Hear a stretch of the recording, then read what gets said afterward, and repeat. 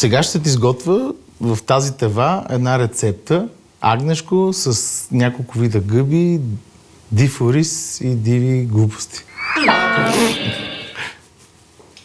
Сега ще ти изготвя в тази тева агнешко с ориз и диви гъби, печурки, лук, червен пипер. Много вкусна рецепта и лесна.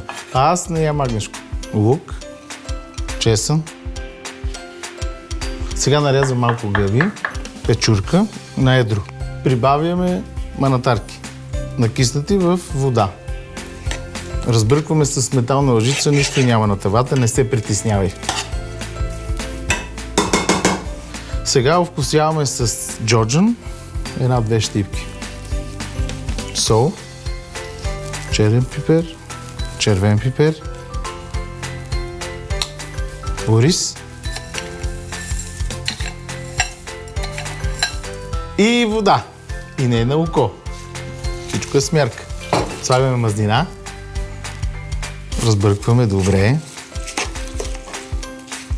Ето. Лук, гъби и агнешка плешка. За целта намазваме с масло цялото агне, много добре от всякъде. Който не даде агнешко, какво? Еми, аз съм от тия. Ям ориз с... Шегувам се.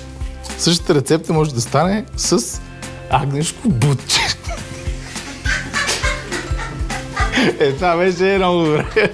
А ти ще става с риба, ама да не сложиме джоджан. Слагаме сол, червен пипер, черен пипер и втриваме добре подправките. Същата рецепта може да стане и с свинско, но не слагаме джоджан, а слагаме примерно индийско орехче и любов. Печем за около 3 часа, като затваряме с алуминиево фолио отгоре на около 200 градуса. 200-220 градуса.